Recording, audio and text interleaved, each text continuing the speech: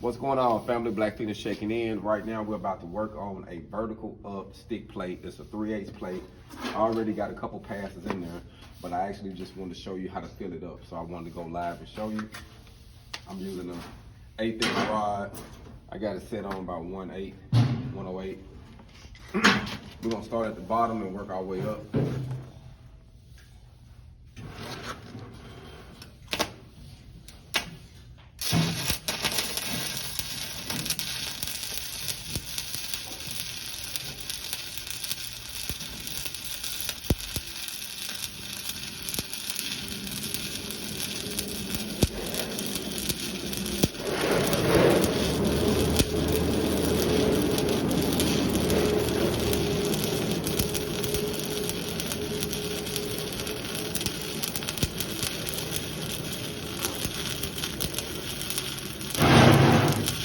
Maintain the travel speed.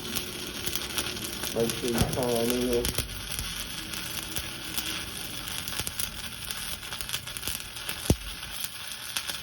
And if you do have to stop and change the rod, try to keep from stopping where you stopped at the first time. So either stop before it or right after it.